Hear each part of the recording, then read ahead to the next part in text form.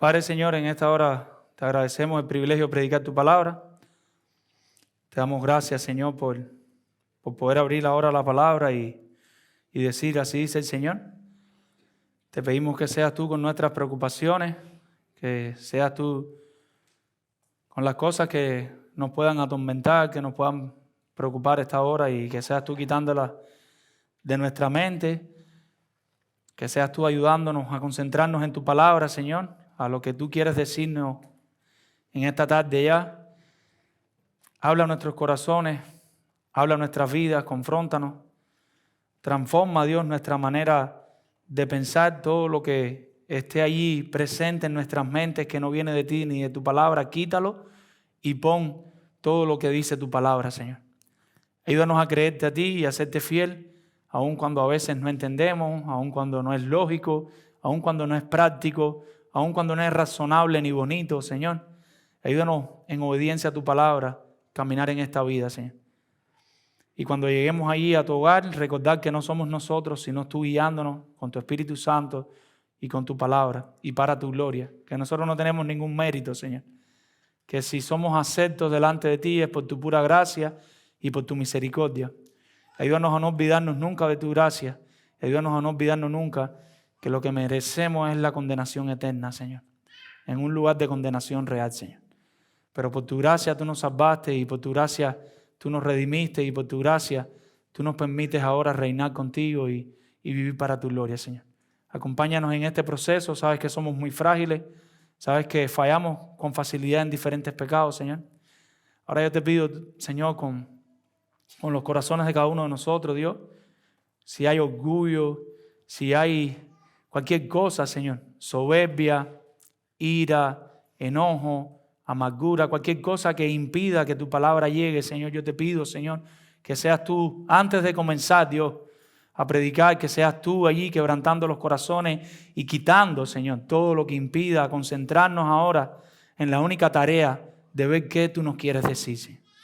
Perdónanos, Padre, Señor, una vez más por nuestros pecados. En el nombre de Jesús. Amén. Y como ustedes saben, hermanos y familia, estamos en una serie en Primera de Pedro. Hemos llegado al capítulo 5 de Primera de Pedro, y allí en el capítulo 5, los primeros versículos, antes de trabajarlo, hemos decidido hablar un poquito primero del ministerio pastoral, para que se pueda entender el ministerio pastoral completamente, para cuando regresemos a Primera de Pedro, capítulo 5, podamos entender con más claridad qué es lo que se nos está demandando en ese pasaje.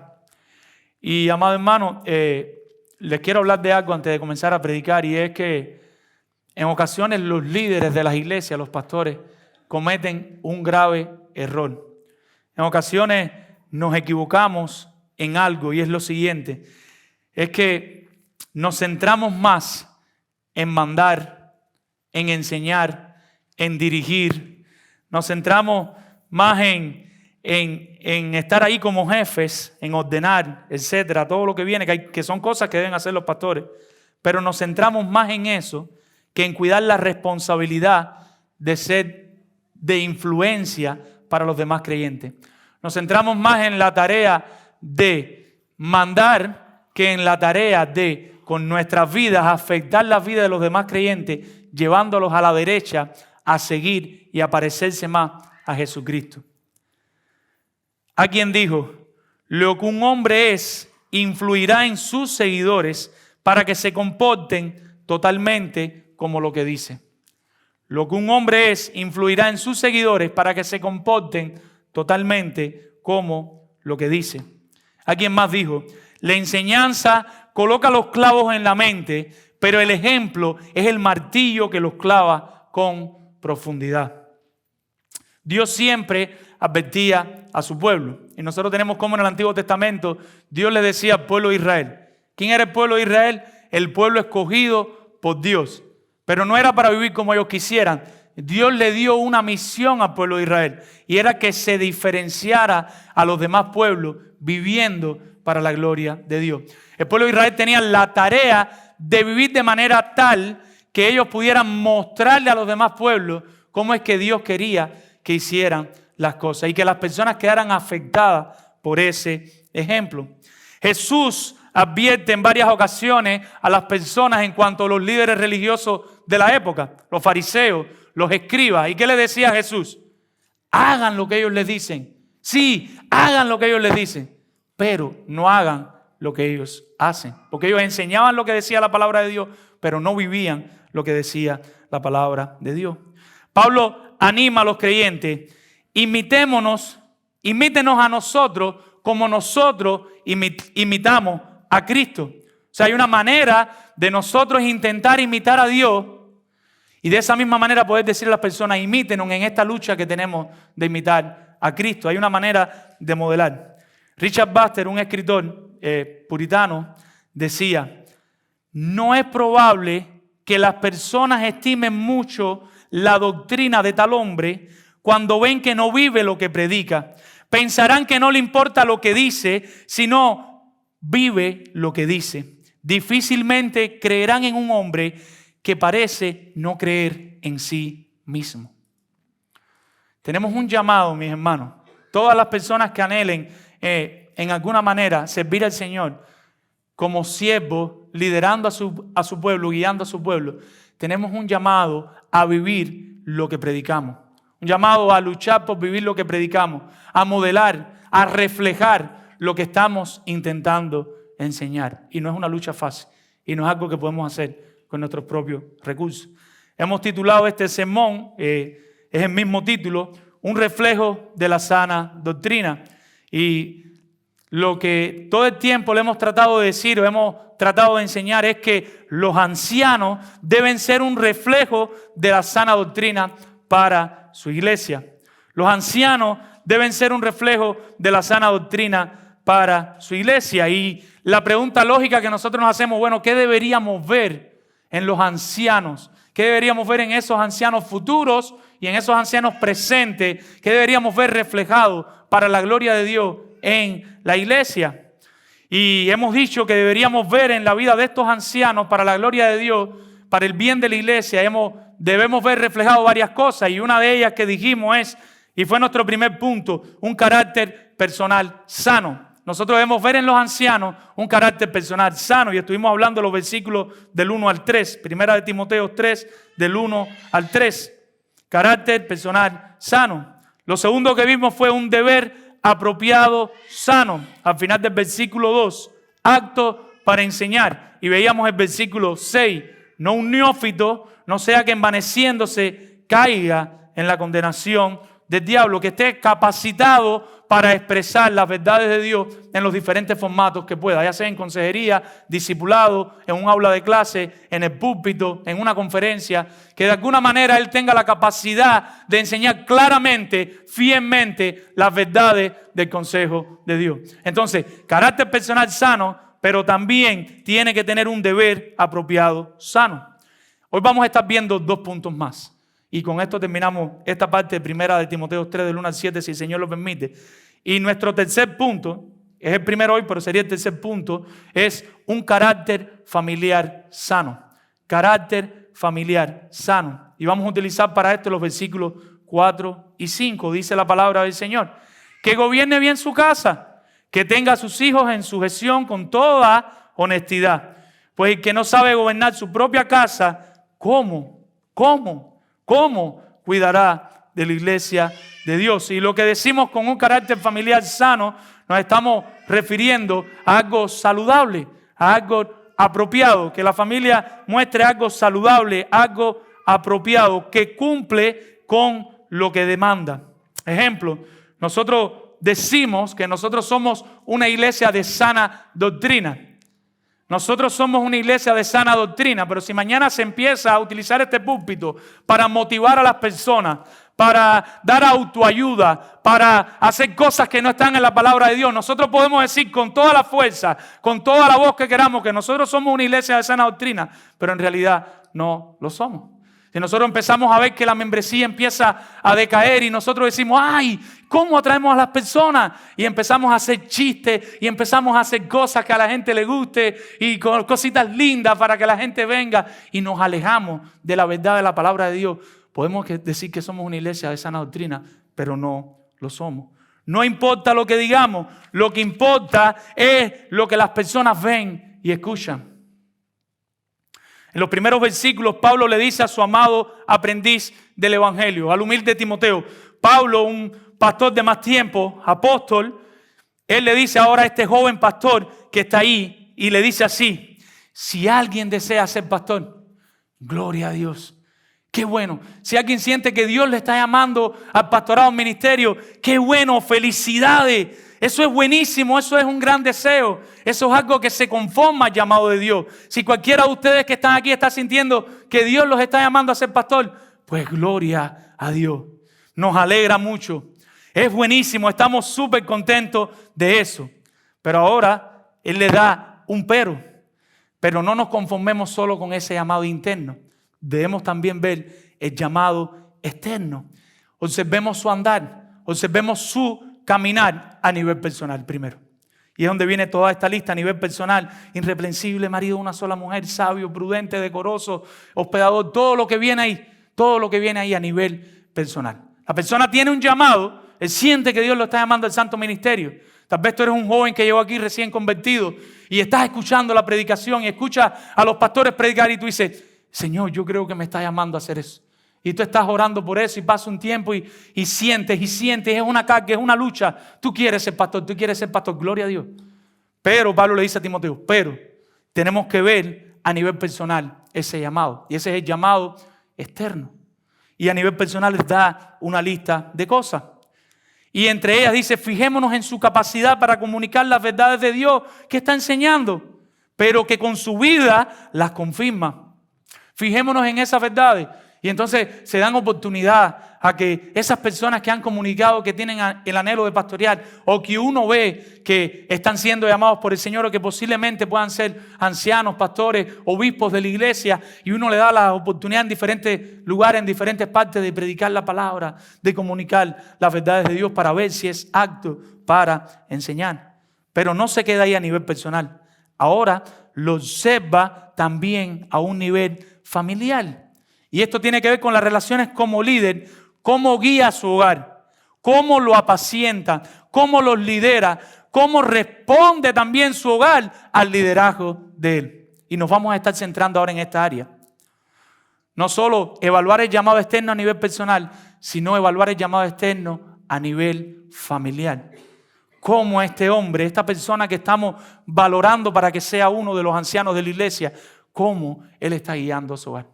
Pero, amados hermanos, haríamos mucho mal y mucho daño a esta predicación si ahora usted que está aquí solo se centra en la persona que tiene al lado. Recuerde que dijimos que estas verdades son para toda la iglesia. Estas verdades son para cada uno de ustedes. Así que a medida que compartimos estas verdades, yo le invito a ver en su interior. Porque este no es un llamado solo para los pastores. Este es un llamado para todos los creyentes de rebaño. Cada uno de ustedes debería estar evaluándose y examinándose. Porque lo que Pablo le dice a Timoteo, si tiene estos requisitos, puede ser anciano. Pero él no le dice, solo los ancianos tienen este requisito. ¿Se entiende eso? Esto es para que se evalúen todos hoy, mi hermano. Esto es para que evaluemos cada uno de nuestros hogares. Y en humildad vayamos de rodillas delante de Dios diciéndole: Señor, para esta tarea yo no soy suficiente. Señor, necesito tu asistencia. Señor, he estado perdiendo mucho el tiempo porque no estoy liderando bien mi hogar. ¿Y qué es lo que le dice? Y él comienza diciéndole, lo tenemos ahí en el versículo 4. Y lo primero que le dice es que gobierne bien su casa. ¿Y qué significa que gobierne bien su casa? La palabra gobernar tiene que ver con presidir, con estar delante de su casa, con guiar su casa, con liderar su casa. Pero el mejor término que lo define es, por la forma de la palabra, es una persona que se ocupa de su casa. Esa persona que estamos valorando para ser un anciano debe ser una persona que se ocupa de su casa. Pero cada creyente que está aquí hoy, varón, masculino, hombrecito que estás aquí hoy, tú estás llamado a ocuparte de tu casa. Pero no como tú quieres, no como a ti te gusta, no como dice el mundo, no como dicen los psicólogos, sino como dice la palabra de Dios. Y ahí entra en donde dice ocuparse bien, que gobierne bien es conforme a la manera del Señor, no conforme a tu propia manera. El gobierno aquí no tiene que ver con ser un tirano. Nosotros venimos de cultura, compartido con algunos de ustedes que vienen hasta de pueblos no es malo decirlo, indígenas, que vienen de tribus, que vienen de lugares donde uno tiene un cacique. Y cuando uno tiene un cacique, el cacique manda y todo el mundo boca abajo, sin explicaciones. No es eso lo que estamos explicando. Estamos hablando de una persona que gobierna conforme a la manera del Señor. Decía arriba, no un peleonero, no un dictador, sino que guía su casa ocupándose de ella de buena manera. Y él lo expresa, que gobierne bien su casa.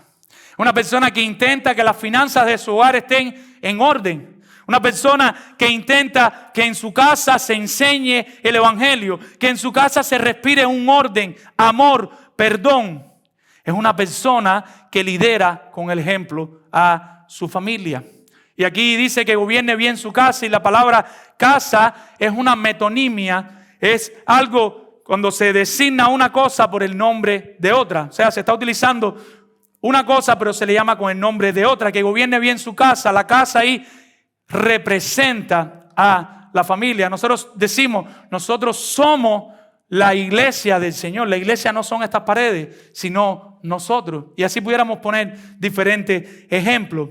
Entonces, lo que estamos diciendo es que uno de los requisitos para ser valorado como anciano, pero que deben tener todos los hombres que están aquí, todos los hombres que estamos aquí, deberíamos estar luchando en oración, luchando de rodillas por cuidar bien nuestros hogares, cuidar bien a nuestra familia como Dios manda, no como queremos nosotros. Pablo le dice a Timoteo, observa que estos futuros ancianos sean unos que están ocupándose bien de una manera de su familia, que se están ocupando bien de su familia. Pero se extiende un poquito más. Él no se queda ahí. Le dice que gobiernen bien su casa, coma y continúa ese gobierno, que tenga a sus hijos en sujeción con toda honestidad. Observa también que sus hijos deban entrar bajo su liderazgo amoroso y activo con respeto. Y viene sujeción con honestidad. La palabra sujeción, como ustedes saben, es un término militar. Habla de formar fila ante alguien con autoridad. Pero la palabra honestidad deja claro que el padre ha procedido de una manera que ahora el hijo lo respeta. Ahora el hijo sabe que no hay mayor bien para su alma que seguir las directrices de su padre. Y mis hermanos, esto es un trabajo duro. Esto no es una cosa que se consigue de la noche a la mañana. Esto no es una cosa que los niños salen de la barriga y usted le toca un botoncito y ya los niños tienen una obediencia al liderazgo de su padre en el hogar con completa honestidad, con completa sinceridad. Una obediencia de corazón. Esto es un trabajo, y es un trabajo duro. Es un trabajo que lleva tiempo. Es un trabajo que lleva dedicación. Es un trabajo que va a requerir que muchas veces vamos a fallar y tenemos que volvernos a levantar y volverlo a intentar y volverlo a intentar. Pero nunca la solución es darnos por vencido y decir que ese muchacho haga lo que quiera. Que ese muchacho haga lo que bien le parezca. ¿Y por qué, mi hermano? Porque este trabajo requiere diligencia. Tenemos que ser diligentes, tenemos que trazar pautas y metas. Si queremos, todos los hombres que estamos aquí, tener un liderazgo sobre nuestros hijos, donde nuestros hijos nos obedezcan. Requiere constancia. La constancia es la que consigue las cosas, porque puedes estar haciendo las cosas bien por un periodo, pero si las descuidas completamente, todo regresa atrás. Pero requiere transparencia y sinceridad. ¿Por qué? Porque con los hijos no funciona. Haz lo que yo digo, pero no lo que yo hago. Yo le puedo decir a mi hijo, no grites, respeta a tu madre. Pero si él me ve que yo trato mal a mi esposa, y si él me ve que yo no respeto a mi esposa, y si él me ve constantemente gritando en el hogar, se lo puedo decir 100 veces, lo puedo escribir en todas las paredes de la casa, que posiblemente él va a hacer lo mismo. Ellos escuchan, pero ellos miran y ellos saben. Entonces podemos tener una obediencia que no es respeto. La palabra y honestidad significa respeto y que no es honesta. Nosotros podemos tener una obediencia motivada por el temor. El hijo no le tiene respeto al padre, lo que le tiene es temor. Si no lo obedezco me va a dar una paliza que me va a matar. Y paliza no es disciplina bíblica, lo vamos a aclarar. Si no lo obedezco me va a levantar en peso y me va a tirar contra el piso. Si no lo obedezco, va a coger un palo de este tamaño y por donde pueda me va a dar un palazo. Y uno llega a la casa y ve que el hijo obedece a su padre y dice, wow, como esos niños obedecen a su padre. pero no está motivado por la palabra de Dios. Está motivada por el temor. Podemos tener una obediencia que está motivada por la recompensa. Y eso es lo que ofrecen los psicólogos. No sé si usted ha visto los delfines, los shows de los delfines. Cuando los delfines hacen algo bien, ¿qué hace el delfinero? El que trabaja con los delfines, le da un pececito. Y el delfín contento. La nariz pelada, las aletas peladas de las personas aguantarse, de las personas subirse. Pero él sabe que si él hace lo que le dice el delfinero, ¿qué le van a dar? Una recompensa. Y a veces criamos a nuestros hijos así.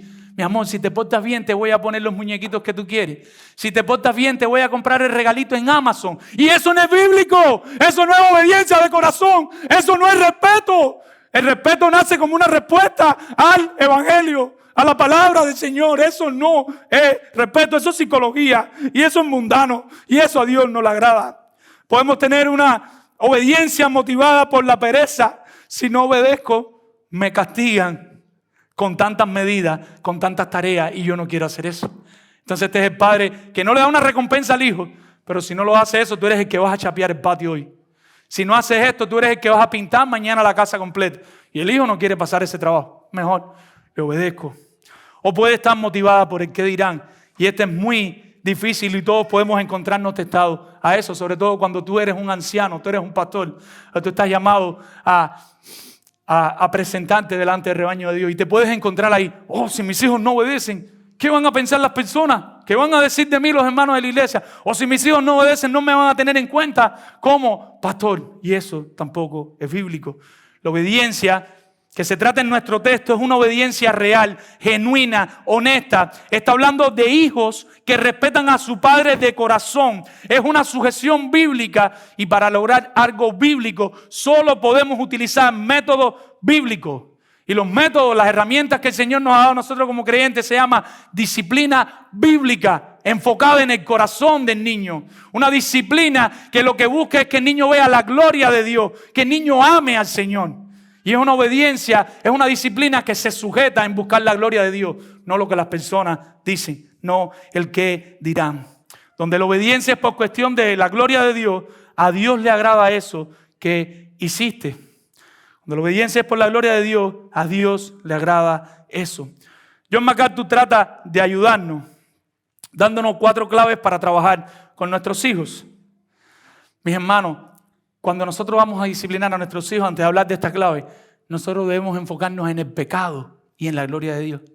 Si usted no sabe cómo hacerlo, si usted llega muy poco tiempo aquí en la iglesia como creyente, muy poco tiempo como convertido, cuando usted va a disciplinar a su hijo bíblicamente, de manera bíblica, y podemos hablar más de eso con detalle después, se puede acercar a cualquiera de los pastores, a cualquiera de los hermanos, se hace por la gloria de Dios y por consecuencia del pecado.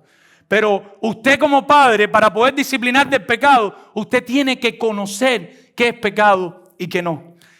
Hay un libro que hemos recomendado cientos de veces, hoy le voy a recomendar 2 más, no le voy a recomendar el mismo, pero se lo voy a volver a recordar, se llama Pecados Respetables. ¿Por qué lo recomiendo? Porque nosotros conocemos muchos pecados externos, no robarás, no matarás, no te vas a acostar con otra mujer, pero se nos olvida que hay otro grupo de pecados que está en el corazón. Cuando usted lee este libro, su mente se abre a nuevos pecados. Y cuando usted tiene su pequeño, por causa de la gloria de Dios y porque era pecado, y usted le va a dar una disciplina bíblica buscando la gloria de Dios y porque era pecado, lo primero que te va a pasar si eres un pecador como yo, que vas a aprender que muchos pecados de tus hijos los estás cometiendo tú también. Y vas a caer de rodillas delante de él y te vas a tener que sincerar con él. Porque tú no eres una máquina, tú no estás buscando perfeccionismo. Tú lo que estás buscando es que tu hijo ame y abrace la gloria de Dios. ¿Y cómo lo vas a hacer? Sujetándote a la palabra del Señor. Sin más preámbulo, dice John MacArthur, en primer lugar, deben saber que es aconsejable obedecer. Sus hijos deben saber que es bueno obedecer, que a Dios le agrada la obediencia, que a Dios no le agrada la desobediencia. Y deben saber que la desobediencia debe afrontar de inmediato las consecuencias negativas. Si usted roba, ¿qué le va a pasar de inmediato? Va a caer preso. Ayer estábamos en una tienda, mi esposa y yo. Mi esposa salió para yo pagar con el niño y en un momento salieron unas mujeres con una java corriendo, se montaron en el carro y se fueron. A las mujeres se les olvidó que las grabaron en una cámara y que le tiraron una foto a la chapa del carro. Yo imagino que a esta altura o está en presa o con una multa, no sé cómo se pagará eso. Lo que estoy diciendo, el pecado tiene consecuencias. Sus hijos tienen que saber que si ellos transgreden la ley de Dios, lo que a Dios no le agrada, eso tiene consecuencias. Y el Señor lo dice así en su palabra. Le dijimos, en primer lugar, deben saber que es aconsejable obedecer. Proverbios 13:24, en la Biblia de las Américas está más claro. Dice, el que escatima la vara odia a su hijo, mas el que lo ama lo disciplina con diligencia.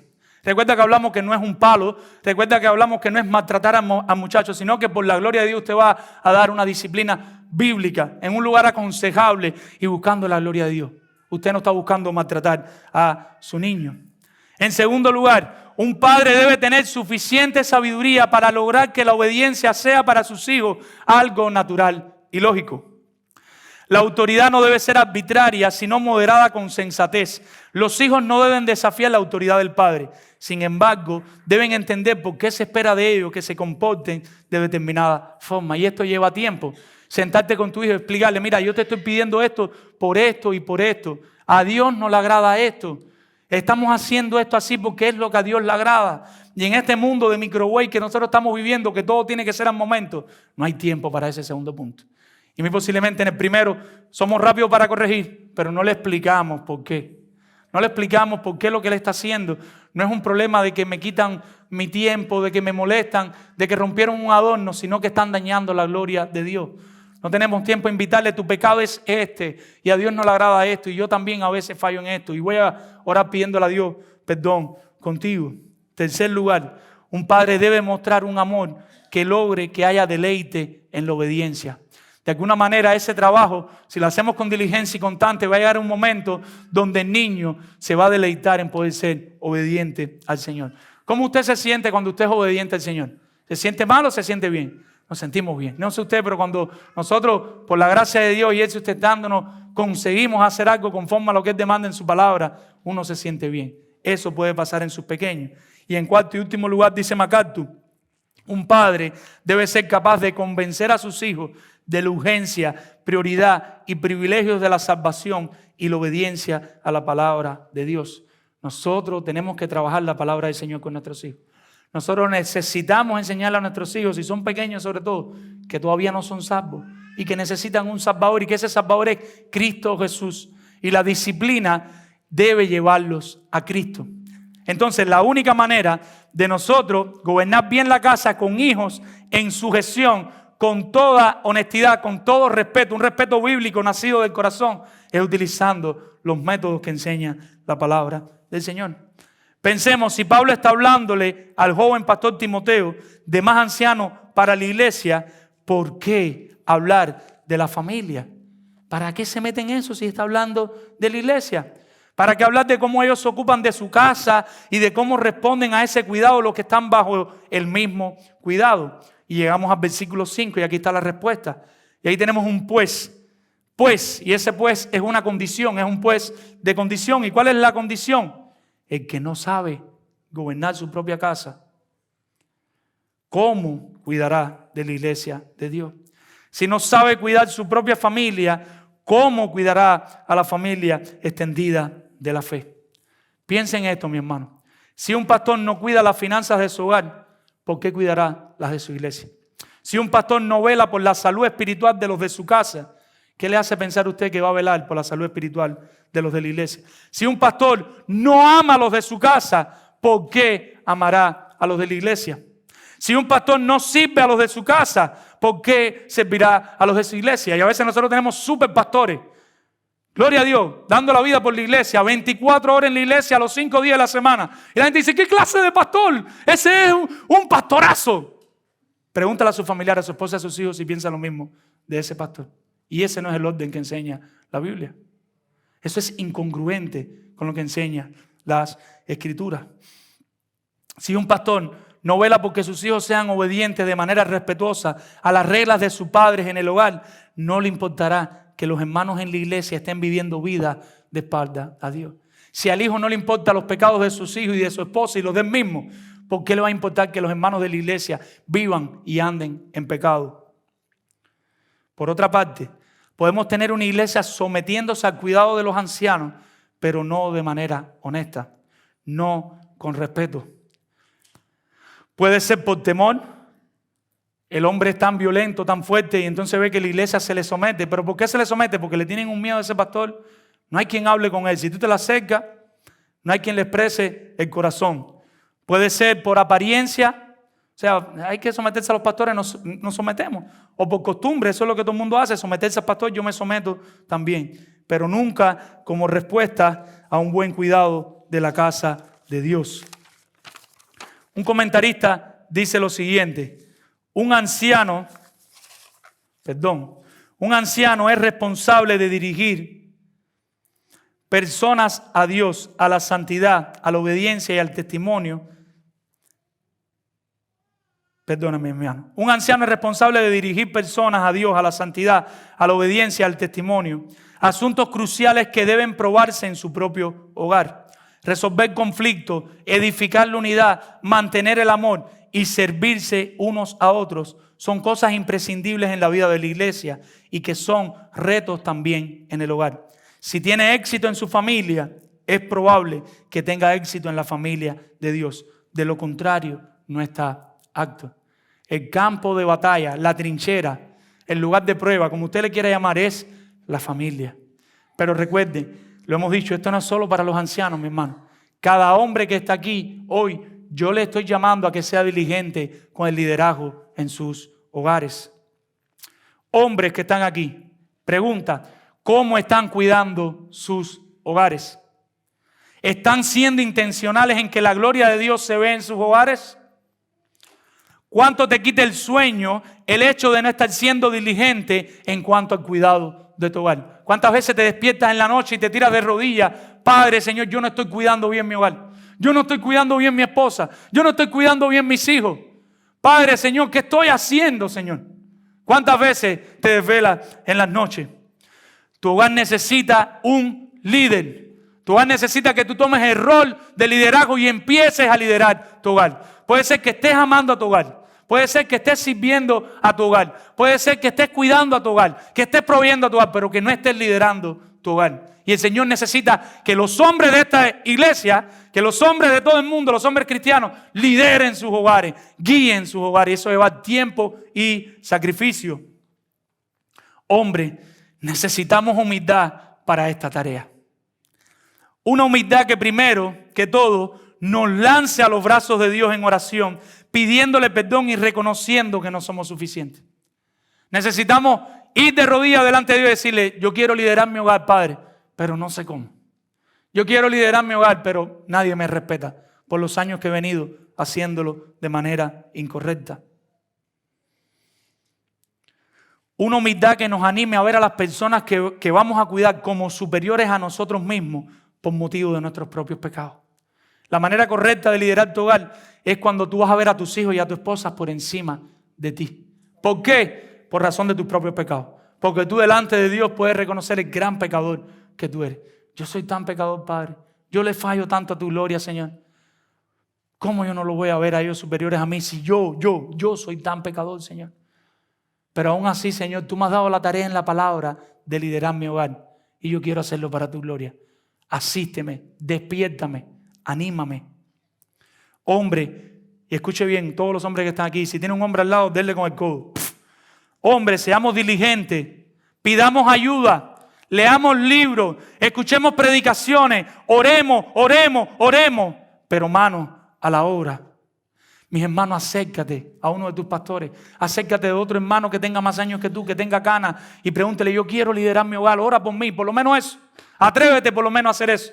Mi hermano, ¿qué libro puedo leer para poder pastorear mejor el corazón de mis hijos y de mi familia? Mi hermano, ¿cómo puedo hacer? Mi esposa tiene 10 años de convertido y yo llevo 6 meses y ella sabe más Biblia que yo. ¿Qué hago? Porque aún ahí tienes que liderar a tu hogar.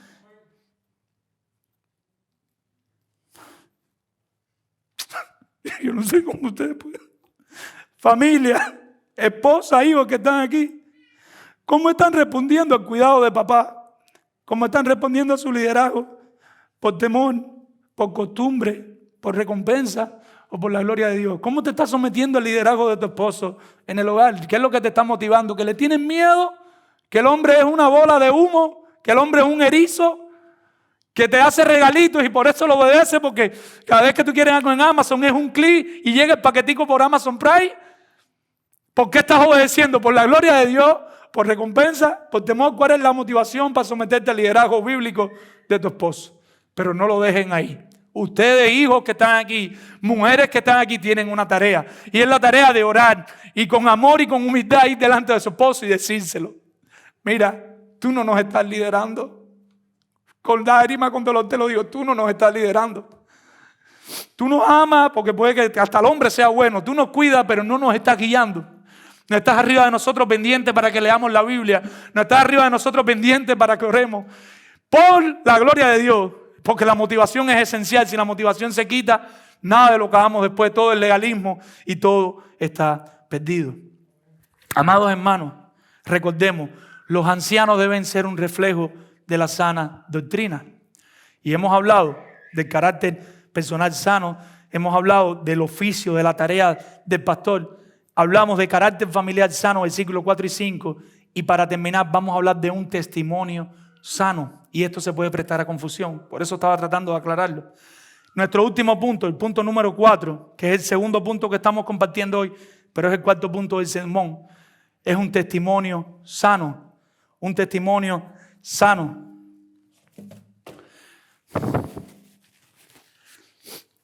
Versículo 7 dice la palabra del Señor. También es necesario que tenga buen testimonio de los de afuera para que no caiga en descrédito y en lazo del diablo.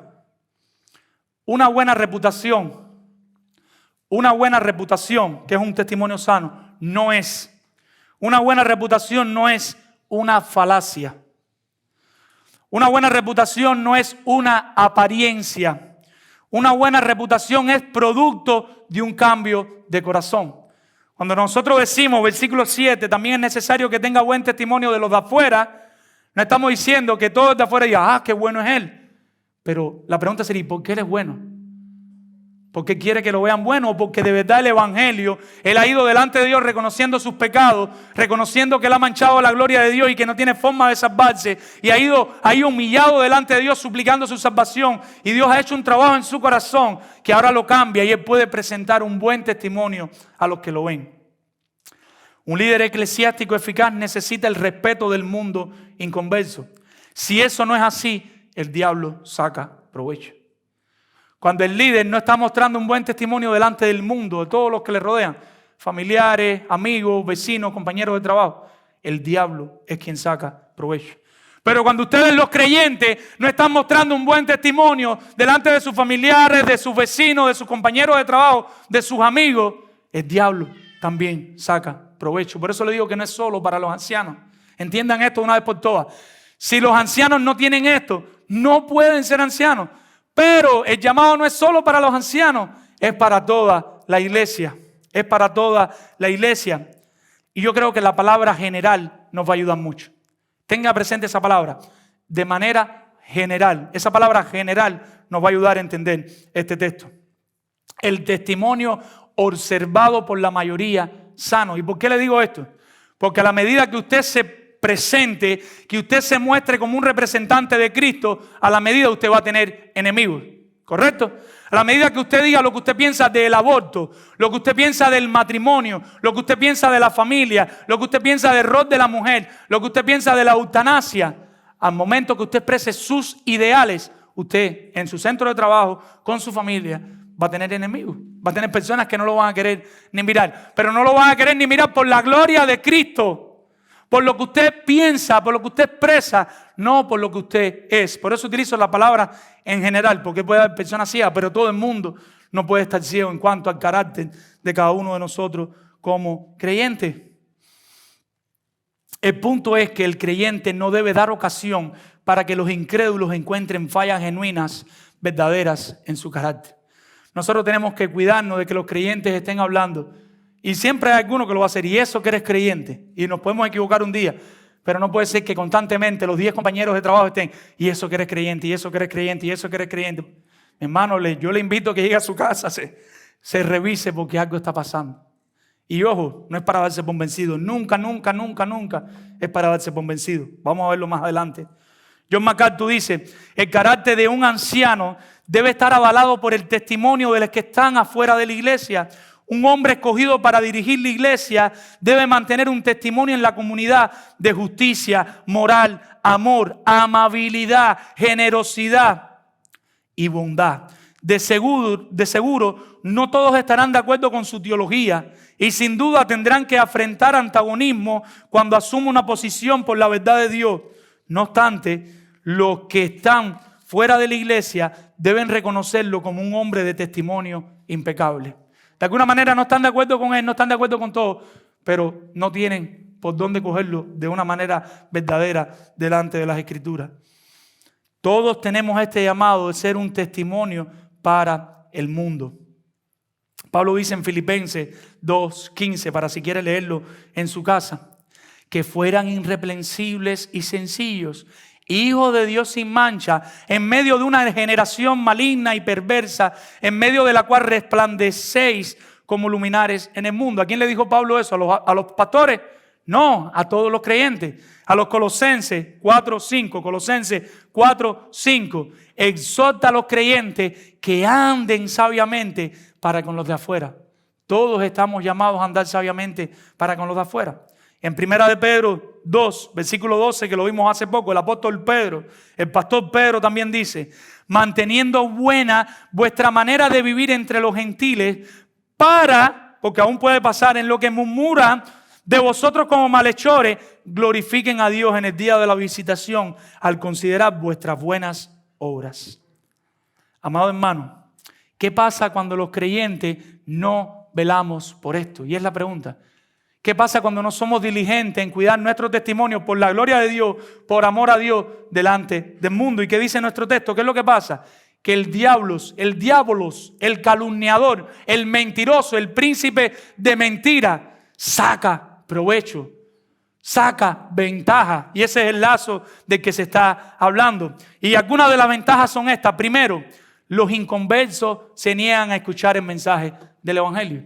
¿Cuál es el primer provecho? Que cuando él ve nuestro mal testimonio, ya sea con la familia, donde sea, los inconversos cierran los oídos y ya no quieren que le prediquemos el evangelio. Me dice, tú no estás viviendo lo que tú predicas. La segunda ventaja, el segundo provecho de las muchas que existen, es que hablan más de todo el cristianismo por algunos. Segundo que hace el diablo es utilizar el mal testimonio de algunos creyentes y empiezan a hablar más de todos los cristianos y generalizan. No, si los cristianos, y hablan en sentido general. Lo tercero, si es un líder, la iglesia, la asamblea completa es deshonrada por la vida de uno. No hay nada más peligroso para la iglesia que cuando un pastor cae. Cuando un miembro cae, se habla un poquito de la iglesia, pero se le echa la culpa al miembro.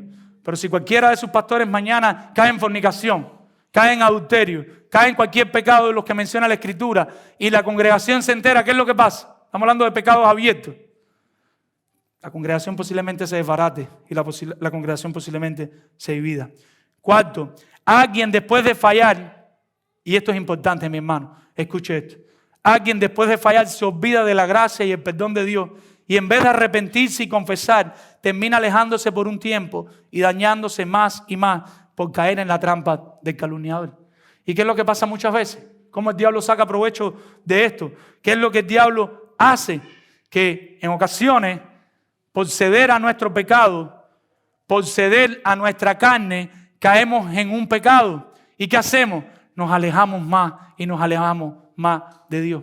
Si eres un verdadero creyente, 1 Juan capítulo 2, se fueron de nosotros porque no eran de nosotros, va a regresar el Señor, pero va a regresar con más marcas y heridas por haberle hecho caso al calumniador. ¿Por qué? Porque lo descubrieron en pecado y en vez de correr de rodillas delante de Dios, en vez de arrepentirse, en vez de decirle, Padre, lo que hizo estuvo mal, esposa, lo que hice estuvo mal, hijo, lo que hice estuvo mal, ¿qué hace? Se aleja y se aleja. Y si nunca regresa, no es porque perdió la salvación, es porque no era un verdadero creyente. Pero mi llamado es, no se dejen engañar por el diablo. Que Dios los libre de estar dando mal testimonio de Cristo donde quiera que estemos. Pero puede pasar. Y si pasa, ¿qué tenemos que hacer? Correr a la gracia del Señor. Pedirle perdón al Señor. Arrepentirnos delante del Señor. Y decirle, Señor, le voy a pedir perdón a todos los que le tengan que pedir perdón. Pero no me voy a alejar de ti. Voy a seguir buscándote. Mis hermanos, ojo con eso. Nosotros olvidamos que Satanás tiene una agencia. Satanás tiene una compañía. Y él y sus empleados trabajan a tiempo completo para hacer fallar al creyente, propiciando trampas, lazos, redes, para que caigan, para que le fallen a su Dios. Y él se convierte en la trampa, en la red y al mismo tiempo en el juez. Satanás quiere ser el juez de nosotros. Satanás quiere restregarle delante de Dios. Mira, tus hijos están fallando. Tus hijos están viviendo como quieren. La gloria de Dios está en juego. Nos olvidamos que esta lucha no es contra carne ni sangre, sino contra principados, contra el enemigo, contra las potestades que están operando en el aire. Nos olvidamos que Satanás y sus demonios están trabajando a tiempo completo para que nosotros manchemos el nombre de Dios. Nosotros a veces estamos trabajando situaciones espirituales de manera carnales porque nos olvidamos que el mismo Satanás está en el asunto para que los miembros aquí estén divididos unos contra otros, para que los miembros estén bravos, para que en el hogar el hombre esté bravo con la esposa, los hijos estén bravos con los padres. Y nos olvidamos de eso en el momento que están pasando las cosas. Y nos olvidamos entonces del fruto del Espíritu, que es gozo, amor, paz, mansedumbre, bondad. Y en ese momento no nos damos cuenta que el diablo está sacando ventaja. Ahora, no hay nada más dañino para el cristiano que creyentes que conocen y no viven. Ojo, mi hermano, un cambio en la vida de cualquier creyente debe ser generado por el conocimiento. Si tu vida cambia, tu vida no va a cambiar extra cátedra. Tu vida no va a cambiar sin la palabra de Dios. Tu vida cambia a la medida que tú te arrepientes, el Espíritu Santo viene a tu vida y tú empiezas a conocer en la palabra de Dios lo que pasa. Una buena ortodoxia, un buen conocimiento de la Escritura va a producir en nosotros una buena ortopraxis. Va a producir un buen conducirnos de nosotros como creyentes. Y una buena ortodoxia es la única que puede producir en nosotros una buena ortopatía. ¿Qué significa eso? Un amor, una respuesta en alabanza, una respuesta en tu hogar a lo que Dios está haciendo en tu vida. Pero nunca ni la ortopatía ni la ortopraxis se va a producir sin una correcta ortodoxia. Ojo, ¿qué estoy diciendo? Nunca le podemos enseñar a los creyentes que no estudien más la Biblia. Nunca le podemos enseñar a los creyentes que estudiar más la Biblia. Lo más importante es amar al Señor. Porque tú nunca vas a amar al Señor si no tienes un conocimiento verdadero del Señor. Porque si no, estás amando a un ídolo. La única manera de amar más a Dios es conocer más de Dios. La única manera de que tu vida cambie es conocer más la palabra de Dios para ver qué le agrada a Dios y qué no le agrada y que se produzca un cambio en tu vida, mi hermano. Pero ahora, habiendo dicho esto, de nada vale conocer tanto si no hay una buena ortopraxis y va a producirse, como lógico, una buena ortopatía si no hay una buena práctica de lo que estamos aprendiendo. Y pasa mucho, que hay muchos, en muchos casos no me atrevería a llamarlos creyentes, para mí no son creyentes, que tienen mucho conocimiento de Dios, mucho conocimiento de las verdades de Dios, pero su vida no cambia, su vida no reflejan un cambio. Hay un libro, este es un libro que les voy a recomendar, ustedes lo conocen, El progreso del peregrino, de Juan Bunyan. Léanlo si no lo han leído. Se llama así, El progreso del peregrino, es un libro de Juan Bunyan. Y en este libro, Juan Bunyan habla de una persona, él empieza a crear personajes. Y hay una persona que se llama Cristiano. Y Cristiano va camino a la ciudad celestial, como cada uno de nosotros que va camino a Dios. Y en su caminar, Cristiano se va encontrando diferentes personajes. Y entre ellos se encuentra uno que se llama Fiel. Fiel va muy adelantado y Cristiano quiere alcanzar a Fiel, pero no puede porque Fiel va muy apurado. Cuando Cristiano consigue alcanzar a Fiel, le dice, oye, llevo tiempo tratando de alcanzarte. Pero Fiel está clarito de que el engañador lo quiere atrapar y que quiere que caiga. Fiel está clarito de que el maligno quiere hacerle daño y por eso es que Fiel va apurado a la ciudad celestial, va corriendo a la ciudad celestial porque sabe que el engañador anda por ahí. En algún momento, Cristiano ahora con fidelidad juntos, por decirlo de alguna manera y que lo puedan entender, van caminando a la ciudad celestial. En lo que van caminando a la ciudad celestial se encuentran a Flexible. Flexible iba más adelante, pero nada más que vinieron las pruebas y las tentaciones cayó en el pantano y ahí se quedó Flexible. Y regresó atrás. Cayó, salió del pantano y regresó atrás. Y siguieron su caminar. Y entre las personas que encontraron a un personaje interesante. Este personaje se llama Locuacidad. Locuacidad. ¿Y qué fue lo que pasó con Locuacidad? Cristiano se aleja un poquito, Fiel se la acerca y empiezan a conversar. Conversaron del cristianismo. Ahora voy a alejarme de Juan Bunyan, que Juan Bunyan me perdone. Hablaron de escatología, hablaron de la salvación, hablaron de todo. Y Locuacidad sabía de todo. Y todo lo podía expresar bien bonito. Pero Fiel observa que Cristiano se está alejando. Y Fiel se vuelve a acercar a Cristiano. Le dice, Cristiano, ¿qué es lo que pasa? Y Cristiano le dice, tal vez tú no lo conoces porque nuestra ciudad es muy grande, pero este hombre puede hablar contigo de estas cosas, pero si va para una taberna y se embriaga en una taberna, también puede hablar de muchos asuntos y de muchas cosas con mucha facilidad. Este hombre es lo que llamaríamos claridad del mundo y oscuridad en su casa. Este hombre es lo que llamaríamos un ejemplo excelente para todos, pero en su casa nadie lo conoce. Dice Cristiano, lo dice en estas palabras para que lo escuchen. Parece muy decente para los que no le conocen. Cuando está en casa es otra cosa muy diferente. Puede hablar bien con cristianos, pero también en una taberna. La verdadera religión no existe ni en su corazón, ni en su casa, ni en su vida. Es un santo fuera y un demonio en casa. Su pobre familia no sabe ni cómo tratarlo, ni cómo agradarle porque es muy grosero e iracundo. Las personas no quieren hacer negocio con él porque dicen que no es honrado. Lo peor es que está educando a sus hijos a seguir sus pasos. Creo firmemente que por su vida malvada ha sido causa de que muchos tropiecen y caigan. Amado, Dios nos libre de estar andando como locuacidad. Yo les animo siempre, estudien la palabra, estudiemos la palabra. Pero no seamos de los que saben mucho de la palabra, pero no están luchando, no de manera perfecta, pero luchando por vivir la palabra. Nos caemos y nos levantamos y seguimos luchando. Fallamos y nos volvemos a levantar. Nos animamos unos a otros, pero intentando hacer lo que le agrada al Señor. Entonces, Cristiano le dice a Fiel, y esto es una buena pregunta para locuacidad, pregúntale si esto que conoce lo practica en su corazón, en su casa y en su vida. Él sabe mucho, él aconseja de todo, él tiene una opinión para cada cosa, pero ahora Cristiano le dice a Fiel, vamos a hacer esta pruebita. Ve y dile que eso que él te está diciendo, si él lo vive en su corazón, si él lo vive en su casa y lo vive con lo suyo. Eso que te está enseñando, si él lo intenta, si él está luchando por hacerlo en su vida de manera fiel. Como era de esperar, cuando fidelidad se acerca a locuacidad, Fiel se acerca a locuacidad y empiezan a hablar y le trata de hacer preguntas, ya locuacidad está erizado ya. Y cuando le dice, ¿tú vives esto que estás enseñando? Se apartó y se fue y se alejó y no quiso seguir la conversación. Mis hermanos, Cristo no murió en una cruz del Calvario para dejarnos a nosotros como nosotros queramos vivir, para dejarnos a nosotros como nosotros queramos estar. Cristo quiere transformar nuestros corazones. Cristo quiere transformar nuestra vida. Dios quiere que nosotros cada día nos parezcamos más a Cristo. Y para eso Él utiliza con el poder del Espíritu Santo su palabra para que nos ilumine, para que nos transforme, para que esa lucha de la santificación siga cada día en nosotros. Si tú no eres creyente, yo te invito a creer en Cristo, a arrepentirte de tus pecados, a correr a Cristo como el único remedio para tu alma, como la única salida para tu salvación. Si quieres llegar a la ciudad celestial, a donde Cristiano quería llegar, tienes que ir a Cristo y tienes que confiar en Cristo. Amado hermano, un buen ejercicio como nosotros, como iglesia, sería hacernos estas preguntas. Si nosotros estamos valorando a alguien para anciano, primero que todo, pregúntele al anciano, pregúntele a la persona, acércale a la persona y dile, ¿de verdad tú estás valorando esto?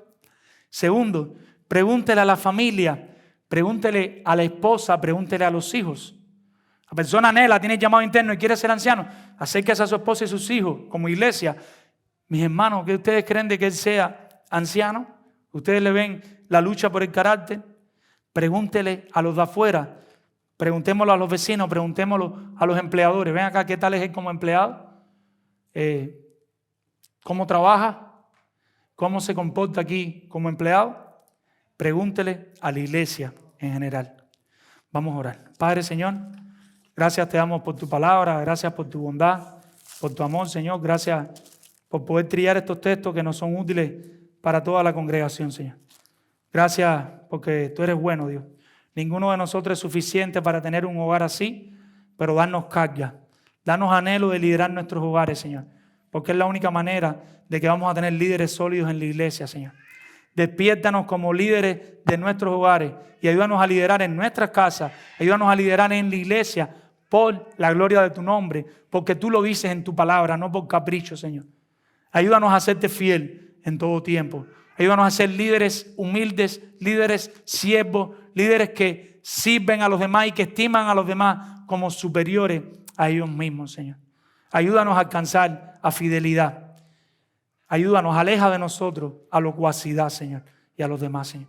Ayúdanos a tener un carácter familiar sano y ayúdanos a tener un buen testimonio delante de los no creyentes, pero que la motivación sea tu gloria, Señor, y que sea impulsada por un cambio que tú hiciste en nuestros corazones. Que tu Espíritu Santo nos asista. Perdona nuestros pecados. En el nombre de Jesús.